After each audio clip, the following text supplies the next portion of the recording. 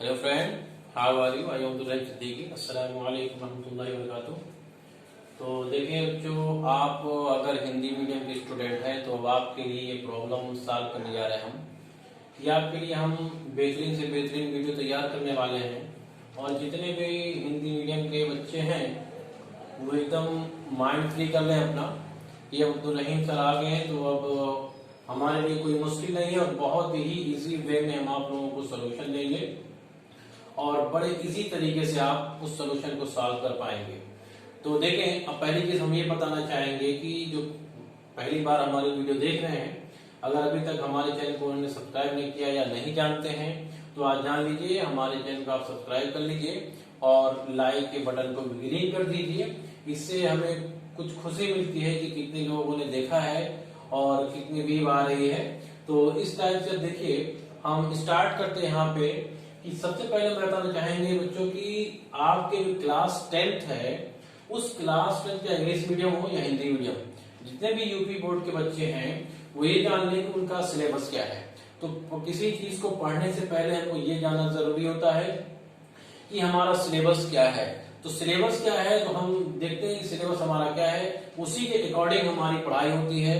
हम कितने दिनों में पढ़ लेंगे, ठीक है, कितना दिन हमको टॉपिक क्लियर करना पड़ेगा। तो देखें, जो पहला आपका है, पहला ही चैप्टर आपका है रियल नंबर्स। तो इसमें आपका क्या है, रियल नंबर, वास्तविक संख्याएं, जिसको हम रियल नंबर कहते हैं। दूसरा चैप्टर है आपका दो चर वाले रैखिक समीकरण, ठीक है, इसमें क्वेश्चन पूछा जाता है, अच्छा सा क्वेश्चन, इसमें भी क्वेश्चन पूछे जाते हैं। और उसके बाद द्विघात समीकरण, वेरी मोस्ट इंपॉर्टेंट चैप्टर है, वेरी मोस्ट इंपॉर्टेंट चैप्टर इस बार के लिए बहुत इंपॉर्टेंट चैप्टर है, क्योंकि आपका जो दूसरा चैप्टर था पॉलिनोमियल, या आप कह सकते हैं पॉलिनोमियल को क्या कहते हैं, द्विघाती समीकरण के अलावा जब भी आता है, ठीक है, तो आपका द्विघात समीकरण जो है ये पॉलिनोमियल का ही पार्ट होता है, ठीक है, जिसको आप बहुपद कहते हैं। सॉरी, हम याद नहीं था हमको, जिसको आप बहुपद कहते हैं। क्या कहते हैं, बहुपद। तो ये आपके सिलेबस से निकल गया है, ये आपके सिलेबस में नहीं है, इसलिए इसका यूज कोई भी टीचर किसमें करेगा, पूरी तरह से द्विघात समीकरण या क्वाड्रेटिक इक्वेशन में यूज करेगा। इसलिए बहुत इंपॉर्टेंट चैप्टर इस बार के लिए है।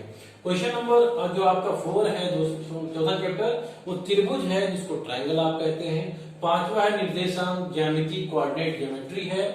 और छठा आपका त्रिकोणमिति का परिचय, इंट्रोडक्शन ऑफ ट्रिग्नोमेट्री है। सातवां है रचनाएं, कंस्ट्रक्शन है।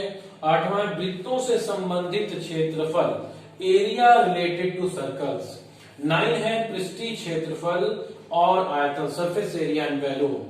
10वां है सांख्यिकी, स्टैटिस्टिक्स इसको कहते हैं हम। तो ये 10 चैप्टर 1 बाय 1 करके हमको पढ़ना है, ठीक है। और जिसमें से आपका बहुपद निकल गया है, आपका जो कहते हैं क्या, एक चैप्टर आपका पहला दूसरा चैप्टर निकल गया है, फिर तीसरा आपका है, उसके बाद चौथा चैप्टर निकल गया है, ठीक है।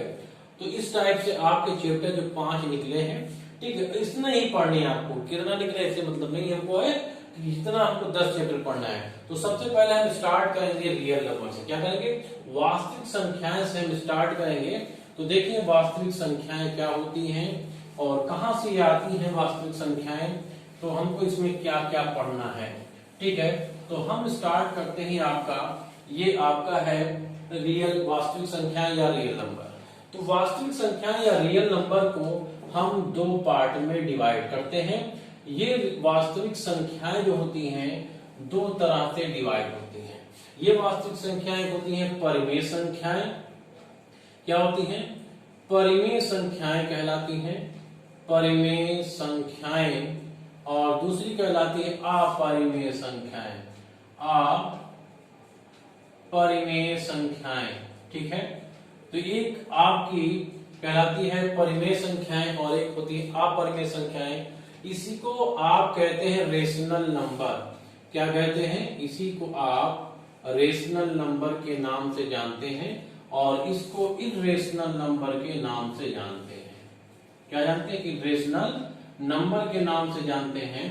तो ये रियल नंबर क्या होता है, एक समुच्चय होता है, एक ग्रुप होता है, किसका, परिमेय संख्याएं और अपरिमेय संख्याओं का समुच्चय होता है, सेट होता है, उसी को कहते हैं रियल नंबर। तो रियल नंबर के अंदर परिमेय संख्याएं और अपरिमेय संख्या आ गई। तो हम पहले ये जानेंगे परिमेय संख्याएं क्या होती हैं और अपरिमेय संख्याएं क्या होती हैं।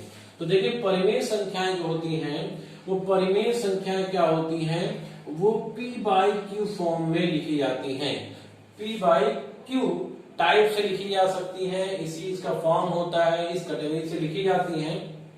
इस रूप में हम p/q रूप में हम लिख सकते हैं, p/q रूप में लिखते हैं हम, ठीक है।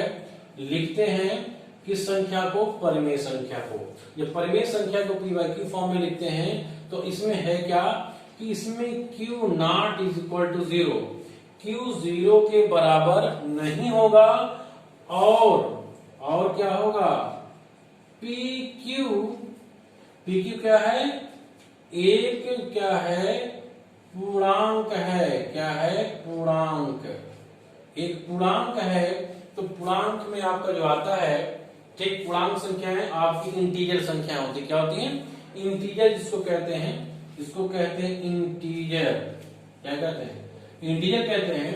तो आप देखेंगे जो परिमेय संख्या होती हैं, ठीक है, आपने पढ़ा होगा इससे पहले आप फ्रैक्शन, जिसको आप हिंदी में क्या कहते हैं आपको, तो फ्रैक्शन है। तो फ्रैक्शन आपका हमेशा क्या होता है, पॉजिटिव होता है। रेशनल नंबर हमेशा क्या होता है, निगेटिव पॉजिटिव दोनों होता है। तो ये पूर्णांक संख्या होती है p और q।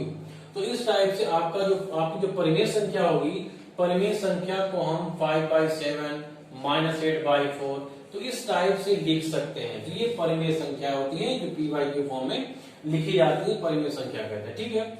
और उसके बाद अगर परिमेय संख्या है तो ये परिमेय संख्या फिर दो तरह से डिवाइड होती हैं, दो तरह से डिवाइड होती हैं।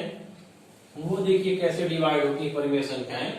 तो परिमेय संख्याएं ये दो तरह से होती हैं, ठीक है। तो दो तरह से परिमेय संख्याएं डिवाइड होती हैं।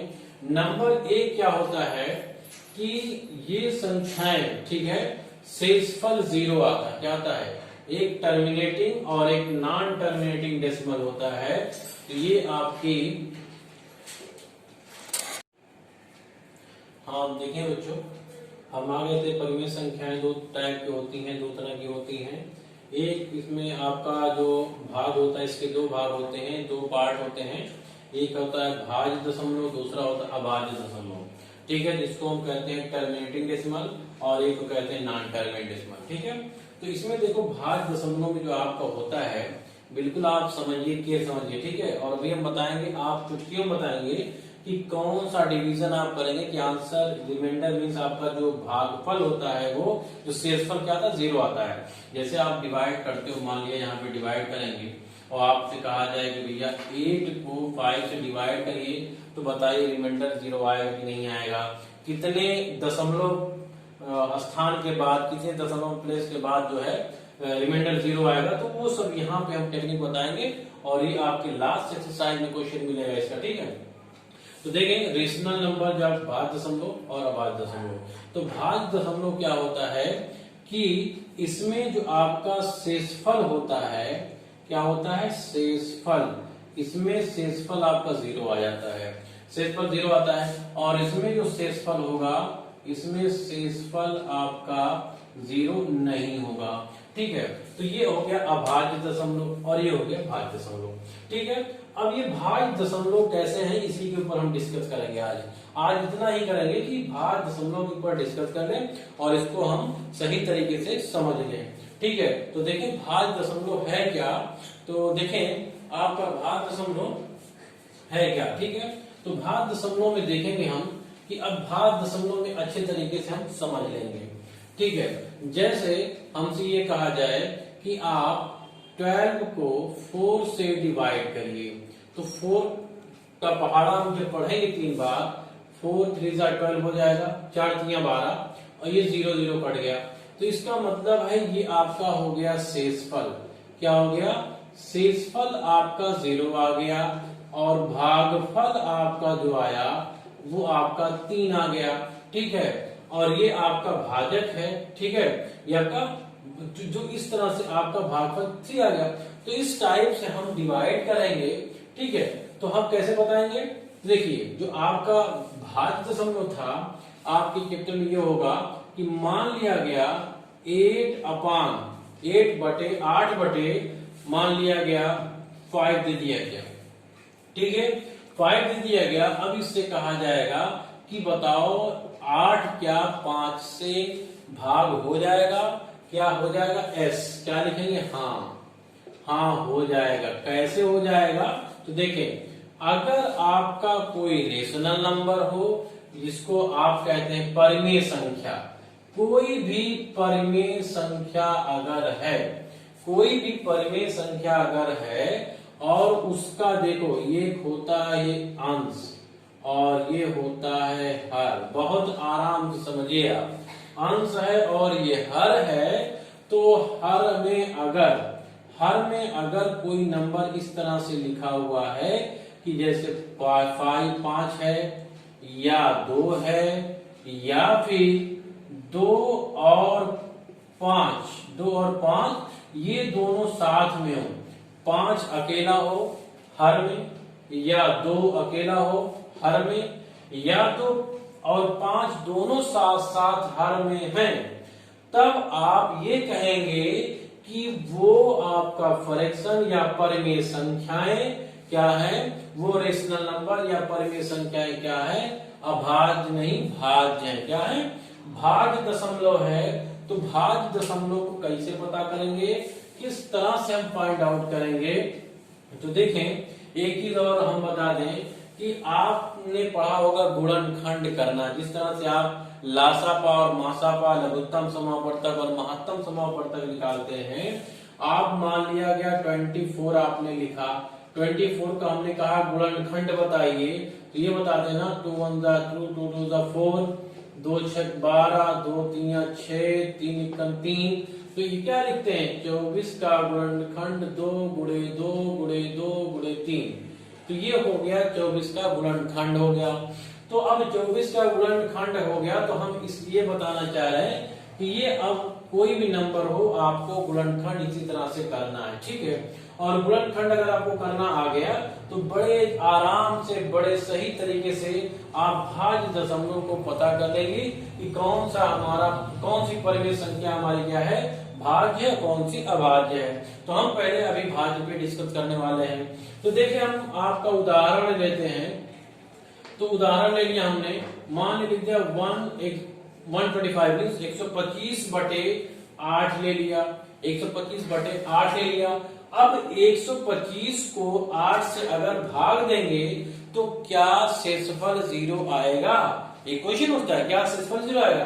तो हम ये कह रहे हैं आपको बिना डिवीजन किए, बिना भाग किए, बिना जो आपका लॉन्ग डिवीजन मेथड है जिसको कहते हैं ना लंबी भागफल मेथड, तो उसको आप क्या कहेंगे कि ये कैसे बताएंगे आप, तो कैसे बताएंगे रिमाइंडर, हाँ है, इसका शेषफल 0 आएगा। क्या आएगा, शेषफल 0 आएगा। कैसे, अब 125 अपान, देखिए ये आपका रेशनल नंबर है, पी बाय क्यू फॉर्म में लिखा है, ए मींस आपका पूर्णांक है। तो 125 ना तो 2 के टेबल से कटेगा ना 8 से टेबल से कटेगा, और ये आपका 5 से कटेगा, ये नहीं कटेगा। इसका मतलब ये क्या है, सरल फॉर्म में है, ये सरल फॉर्म में है, सरल रूप में है। तो ये 8 को लिख सकते हैं, 8 का गुणनखंड करिए, 2 चौक 8, 2 दूनी 4, 2 एकम 2 हो गया। अब यहाँ पे क्या लिख देंगे, इसको लिखते हैं हम 2 गुणे 2 गुणे 2 पावर 3, 2 की घात 3 लिखते हैं। जब 2 की घात 3 लिखते हैं, जब 2 की घात ये 3 हो गया, इसका मतलब हमने जो आपको बताया था कि आपके हर में क्या हो, आपके हर में 5 हो, 2 या 5 दोनों साथ में हो, तब वो उसका शेषफल क्या आएगा, 0 आएगा। उसका शेषफल क्या आएगा, 0 आएगा। तो इसका मतलब इसका शेषफल क्या आ गया, 125 को 8 से डिवाइड किया, शेषफल 0 मिल गया। अब शेषफल 0 तो मिला, लेकिन इस पे जो है कितने डेसिमल प्लेस के बाद ये टर्मिनेट होगा, मीन्स कितने दशमलव स्थान के बाद, किसने दशमलव स्थान के बाद जो है इसका जो शेषफल 0 आएगा। तो देखिए 2 की घात कितना है 3, तो 2 की घात 3 है, तो ये 3 दशमलव के बाद 3 दशमलव मीन्स पॉइंट ऐसे लगा दिया, दशमलव लगा दिया, दशमलव के 3 1 2 3 प्लेस तक हमको जाना पड़ेगा इसको डिवाइड करने के लिए, तब आपका शेषफल क्या 0 आएगा। तो उसको भी हम प्रैक्टिकली देख लेते हैं हमारा सही है या नहीं सही है। तो देखिए हम प्रैक्टिकली आपको दिखाते हैं किस तरह से आप ये करेंगे तो आप समझ नहीं पाएंगे। ऐसे 125 को 8 से भाग दीजिए, 12 में 8 से टेबल जाएगा, 8 एकम 8, 12 में से 8 गए 4, 8 6 48 जाएगा नहीं, 8 7 नहीं, 8 25 40 चला जाएगा, 5 आ गया, फिर पॉइंट लगाया 0 बढ़ाया, 8 6 48 आ गया, 2 आ गया, फिर आप एक 0 बढ़ा सकते हैं, 8 2 16 आ गया, 10 में से 6 गए 4, 8 25 40 आ गया ना 0। तो इसका मतलब हमारे कहने का मतलब ये था कि अगर 125 को 8 से भाग देंगे तो आपको होल इधर कोई भी आए लेकिन पॉइंट के बाद 3 स्थान जाना पड़ेगा, दशमलव के 3 स्थान तक आप जब जाएंगे तब आपका शेषफल क्या आएगा 0 आएगा। ठीक है, आएगा शेषफल 0 आएगा। तो इस तरह से आप किसी भी फ्रैक्शन या रेशनल नंबर में डिस्कस करके ये आपको करना ही नहीं होगा, ये आपको करना नहीं है, सिर्फ देख के बता देना है आंसर कि आपका ये जो है भाज्य दशमलव है या अभाज्य दशमलव है। तो हम आपको और एग्जांपल दे रहे हैं, तो आप बता सकते हैं, हमारे स्क्रीन पर देख के बताएंगे, आप पहले ही बता देंगे कि आपका ये भाज्य दशमलव है और अपने मन ही मन में खुश हो जाएंगे। तो देखिए आप मान लिया हमने लिख दिया 23/25, तो क्या ये भाज्य दशमलव है बच्चों? बिल्कुल ये भाज्य दशमलव है, क्योंकि 25 को हम 5 × 25 5 × 5, तो ये 25 का जो गुणनखंड होगा 5 × 5 बराबर 5 की घाते 2, 5 की घाते 2 लिखेंगे, ये इसको क्या कहते हैं बेस आपका, 5 की घाते 2 लिखेंगे तो इसका मतलब हो गया 23/5 की घात 2। और हमने बताया था अगर 5 है 2 है या दोनों 5 दोनों साथ में है तब आपका क्या होगा शेषफल 0 आएगा। इसका मतलब ये भाज्य दशमलव है। क्या है ये भाज्य दशमलव है, ये भाज्य दशमलव संख्याएं हैं। और कितने दशमलव स्थान के बाद? 2 दशमलव स्थान के बाद, 2 दशमलव स्थान के बाद जो है 2 दशमलव स्थान के बाद, ठीक है, इनका शेषफल कैसा आएगा? शेषफल 0 हो जाएगा। क्या आ जाएगा? शेषफल 0। तो आपको कैसा लगा? अच्छा लगा ना? तो 23/5 की घात 2 आ गया। अगर हम इस तरह लिख दें कि लिख दें 17/8, तो अब बताइए, ये तो अभी हमने एग्जांपल दिया था, तो ये भी 2 की घात 3 हो जाएगा। इसका मतलब ये भी भाज्य दशमलव है। अगर हमने लिख दिया 25/75, 25/75, तब आपको पहले काटना पड़ेगा। 25 सेकंड 25, 25 × 75, 1/3 आ गया। क्या 1/3? जब 1/3 आएगा तो क्या हर में 2 आ रहा है? नहीं आ रहा। 3 5 आ रहा? नहीं आ रहा। क्या 2 5 साथ में आ रहा? नहीं आ रहा। इसका मतलब ये क्या होगा? ये अभाज्य दशमलव होगा। क्या होगा? अभाज्य दशमलव संख्याएं हो जाएंगी ये अभाज्य। इसका मतलब इनका शेषफल जो है 0 के बराबर, इनका शेषफल जो क्या है 0 के बराबर नहीं होगा। ठीक है, राइटिंग हमारी थोड़ा पुअर है तो उससे कोई मतलब नहीं है, मैथमेटिक्स है, आपको समझना है, आपको अपने हैंड राइटिंग में लिखना है, कोई एग्जाम तो देना नहीं है, एग्जाम आपको देना है, बस समझ लीजिए। तो ये आपके क्या हो गई कि 25/75 के अभाज्य संख्याएं, जिसको कहते हैं आप अभाज्य दशमलव संख्याएं हो गई आपकी। ठीक है, तो इसी तरह से भाज्य और अभाज्य दशमलव संख्याएं हम पता कर लेंगे। ठीक है, तो देखते हैं। ठीक है, अगर हमने ये कह दिया कि बताओ आपका 25 बटे, और आपको हमने यहाँ बता दिया कि यहाँ पे आपको हमने दे दिया 36 क्या ये भाज्य संख्याएं या भाज्य है? तो ये तो कटने वाली नहीं है। 25 आपका एक इवन है या ऑड है? इवन ऑड अगर होता है तो आपकी संख्याएं नहीं कटती हैं। तो ये आपका क्या होता है? एक मानक रूप समझ लीजिए, या इसको कह लीजिए कि सरल रूप है किसी रेशनल नंबर का सरल रूप है। तो अब देखिए 36 को क्या करेंगे, आप इसको क्या करिए, गुणनखंड करिए। 2 एकम 2, 2 अट्ठे 16, 2 9 18, 3 त्रिकम 9, 3 एकम 3 आ गया। तो क्या लिख सकते हैं, 2 गुणे 2 गुणे 3 गुणे 3 आ गया, ये 36 के बराबर आ गया। तो इसको लिख सकते हैं 2 की घात 2, इसको लिख सकते हैं 3 की घात 2। तो बताओ 25 बटे 2 की घात 2, 3 की घात 2। यहाँ पे 2 तो आया है, लेकिन 2 के साथ 3 आ गया है, इसलिए ये अभाज्य दशमलव होगा। क्या होगा, अभाज्य दशमलव होगा। ठीक है, तो ये अभाज्य दशमलव होगा जब 25 बटे 2 के साथ कोई 3 है, क्या 7 है, 11 है, 13 है, इस तरह से कोई नंबर आ जाएंगे आपके, तो अभाज्य दशमलव कहलाएंगे। ठीक है, तो अभाज्य दशमलव कहलाएंगे, वरना वो अगर यही 3 ना होता तब ये भाज्य होता, वरना ये अभाज्य है। ठीक है, तो बस आज इतना ही। उसके बाद हम आगे डिस्कस करेंगे रियल नंबर मीन्स वास्तविक संख्याएं के बारे में, बहुत डिटेल से आपको बताएंगे, बहुत एक्सप्लेन करेंगे उसको, और अच्छी तरीके से आप समझ जाएंगे। तो बस आज इतना ही। अब्दुल सिद्दीकी सर, अगर आप अभी भी आपने हमारे चैनल को सब्सक्राइब नहीं किया है तो सब्सक्राइब कर लें, जिससे और लाइक के बटन को भी आप ग्रीन कर दें, जिससे आने वाली वीडियो आपको सबसे पहले मिल जाए। और आप अच्छे तरीके से, बहुत सारे बच्चे ऐसे हैं जो हिंदी मीडियम के हैं या पढ़ाई नहीं होती है, तो आप बड़े आसानी के साथ आपका सिलेबस हम कवर करा देंगे और बहुत जल्दी कवर कराएंगे। ठीक है, एक्सरसाइज के ऊपर हम चलेंगे और वहां से आपको बहुत सारी जानकारी देंगे और आप कंपटीशन के लिए तैयारी कर सकते हैं। तो ठीक है, अब्दुल सिद्दीकी सर आपसे विदा लेना चाहते हैं। अस्सलाम वालेकुम।